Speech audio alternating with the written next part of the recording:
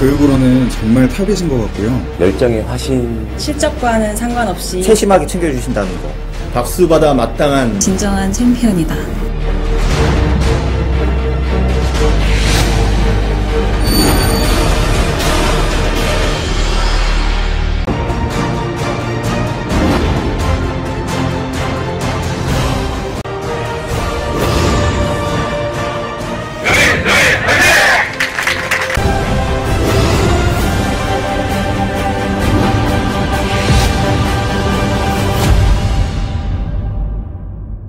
안녕하세요. 세일즈 명의TV 용섭입니다. 대한민국의 영업 분야는 되게 다양하죠. 대기업, 중견기업, 중소기업, 그죠? 다 영업 부서가 있고요. 어떤 분야들, 뭐 건설, 기계, 전자, 심지어는 식품, IT까지 굉장히 다양한 분야의 영업직이 있습니다. 좋은 제품을 생산을 해서 유통하는 과정에서 최종 소비자까지 가는 단계의 이 접점에 바로 영업이 있는 것이죠. 그래서 우리가 기업 경영의 꽃을 영업이라고 하기도 합니다. 근데 아무리 좋은 제품을 만들어도요, 사실은 소비자에게 판매가 안 되면 의미가 없기 때문에 영업이 그만큼 중요합니다.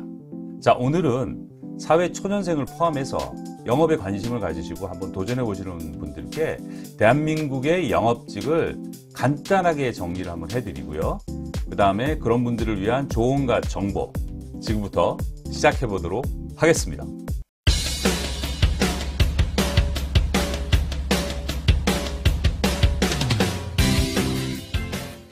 자, 그러면 대한민국의 영업직을 두 가지로 분류해 보겠습니다. 이제 첫 번째는 근로소득자형 영업직이 하나 있고요. 하나는 사업가형 영업직이 하나 있습니다. 자, 저는 이제 세일즈 경력이 29년이고요. 그 다음에 이제 두 분야에서 굉장히 오랫동안 다양한 경험을 했었고 활동을 했었고요. 이게 굉장히 탁월한 퍼포먼스를 내기도 했습니다. 제가 제 입으로 자랑을 하니까 되게 부끄럽습니다. 자, 그럼 여러분들 같이 한번 볼게요. 이 두 가지가 있다고 말씀드렸었어요. 이제 결론부터 간단히 요약해서 말씀드리면, 근로소득자형 영업직은 뭐다? 회사의 직원으로 채용이 돼서 일을 하는 형태라고 보시면 돼요.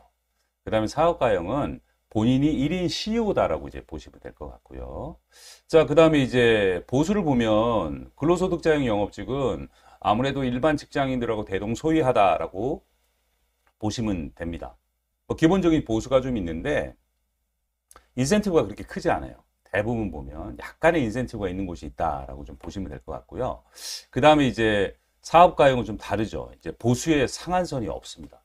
물론 이제 분야와 이제 회사별로 이게 초기에 신입 멤버들한테 이게 정착금을 주는 것도 있긴 합니다. 뒤에 가서 말씀을 좀 드릴게요. 그 다음에 당연히 포지셔닝은 일반적인 직장이다라고 보시면 될 것 같고요.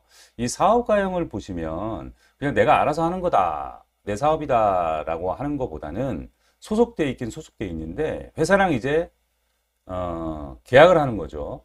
일종의 이제 프로야구 선수가 구단이랑 이제 계약을 하는 것처럼 이제 보시면 될 것 같아요.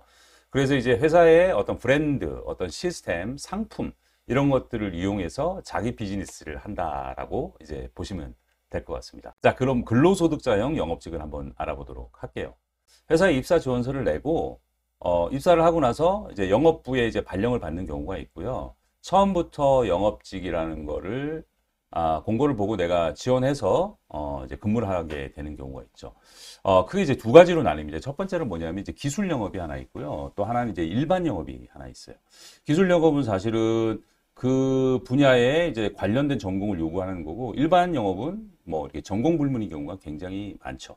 그래서 이제 학교를 졸업하고 영업 분야에 한번 입사를 하고 싶으신 분들은 이 전공 불문이기 때문에 이제 다양한 분야에서 다양한 회사에서 아마 이렇게 일을 하실 수가 있습니다. 자, 제 얘기를 한번 해볼게요. 저는 이제 식품회사를 다녔었잖아요. 그 식품회사는 이제 거래처가 굉장히 많습니다. 그럼 예를 들어 가지고 대리점, 뭐 특약점, 뭐 백화점, 할인점, 아니면 CVS 편의점이라든지 그 다음에 농협 같은 거래처들이 있을 거 아니에요, 그죠? 거기 저희 회사 상품을 이렇게 많이 입점시키고 많이 판매하는 게 기본적인 이제 세일즈의 목적이기도 하죠. 물론 그 안에는 되게 다양한 업무가 사실 있습니다. 예를 들어서 이제 커리어가 낮은 경우, 신입이라든지 커리어가 낮은 경우는 그 유통업체가 있잖아요. 그 유통업체의 점포들을 여러 군데를 맡아요. 그래서 그 점포에 이제 영업이나 영업 관리를 하는 거고, 이제 커리어가 높아지고, 그 다음에 이제 회사에서 일 잘한다라고 이제 인정을 받으면 큰 대형 유통회사, 업체들 메인 본부를 맡게 되죠. 예를 들어서 이제 이마트나 롯데마트 같은 큰 유통업체를 맡아서 거기에 있는 MD들을 상대로 이제 세일즈를 하는 업무죠. 그리고 이제 물론 이런 건 있습니다. 왜냐하면 회사마다 신규 거래선을 이제 개척하는 부서가 좀 따로 있기도 하죠. 그래서 결국은 뭐냐, 이거를 그 루트 세일즈라고 보셔야 돼요. 기존에 이제 거래처가 정해져 있고 그거를 상대로 이제 영업을 하는 경우라고 이제 보시면 될 것 같고요. 그 다음에 이제 세 번째는 뭐냐, 사실은 모든 업종이 존재합니다. 뭐 건설, 기계, 전자, 식품, IT, 제약, 모든 분야, 모든 회사에 영업부서가 다 있는 거죠. 그래서 회사마다, 업종마다 이 프로세스가 다르잖아요. 그래서 입사 후에 이제 배우는 겁니다. 다음은 뭐냐면 그 보수에 관련된 얘기예요. 일반 직장인, 뭐 사무직과 거의 동일하다고 보시면 돼요. 그런데 약간의 인센티브가 저기 있다고 말씀드렸는데, 근데 이제 아쉬운 점은 좀 있죠. 뭐냐면 내가 굉장히 일을 열심히 해서 큰 성과를 냈는데 그 성과가 내 보수에 직접적으로 반영되기는 많이 어렵습니다. 물론 이제 고과를 잘 받아서 인정을 받고 뭐 승진은 좀 빨리 할 수 있죠. 뭐 그런 이제 장단점은 있다라고 이제 보시면 될 것 같아요. 이제 다음은 보시면 사업가형, 제가 프리랜서 영업직이라고 말씀드린 직군을 좀 말씀드리는데, 그 대표적인 직군들이 여러 가지가 있지만 크게는 이렇게 나눠지죠. 이제 카드 대출 영업이 하나 있고요. 그다음에 자동차 영업, 그다음에 이제 보험 금융 영업, 이렇게 나뉘어지게 됩니다.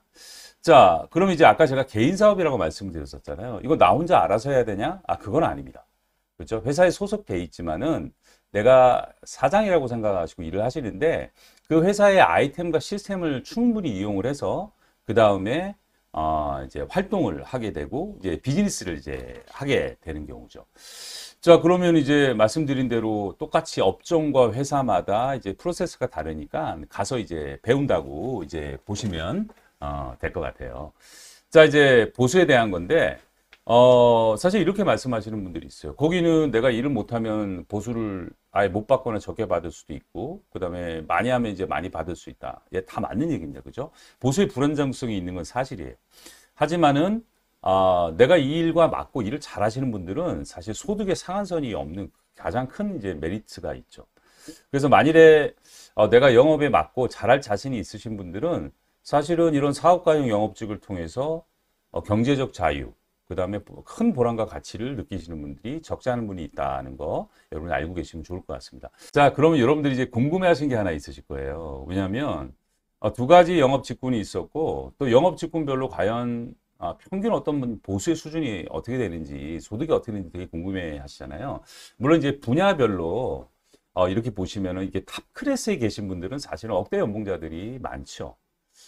그런데 이제 제가 이제 굉장히 업력이 많고 그다음에 다양한 사람들을 만나봤지 않습니까?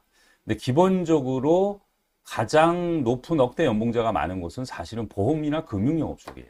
그 다음에 또 기본적인 평균 보수도 보험영업이나 금융영업 쪽이 다른 것보다는 사실 월등히 높다는 것은 아마 여러분들이 언론을 통해서 많이 파악이 되셨으리라고 봅니다. 그럼 요즘 이제 관심 가져 하시는 보험 영업에 대한 얘기를 좀 말씀드려 볼까 해요. 보험 영업이 사실은 옛날과 다르게 많이 달라졌죠. 왜냐하면 지금 이제 은행, 증권, 보험사가 사실은 경기가 많이 허물어졌어요. 자, 예를 들어서 은행과 증권사에 연계돼서 팔 수 있는 상품들이 계속 많아지고 있어요. 그렇죠? 그래서 명실상부하게 뭐가 됐냐면 이제 개인과 법인을 대상으로 이 종합 재무 컨설팅이 가능한 시대가 이미 와 있었죠, 사실은.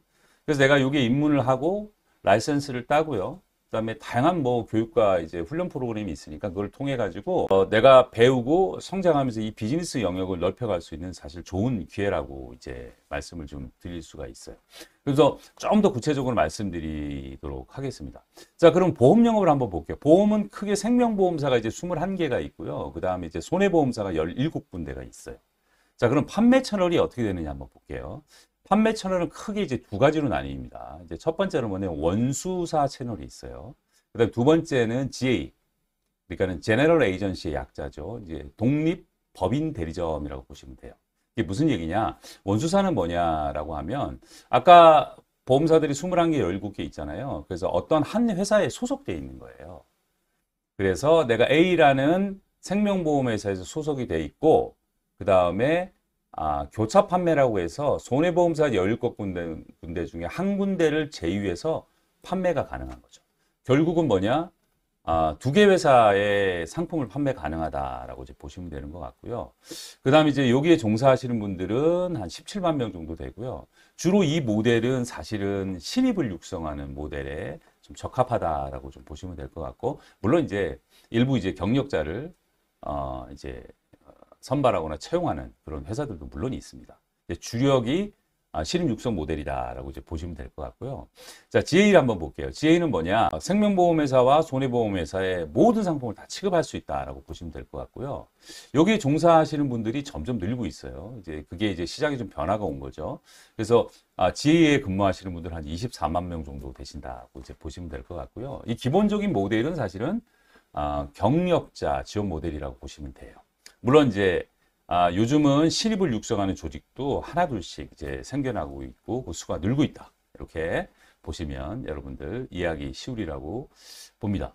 자, 그러면 한번 볼게요. 요즘 이제 적지 않은 분들이 보험 영업에 이제 관심을 가지시는데 과연 어디를 선택할까냐는 거죠.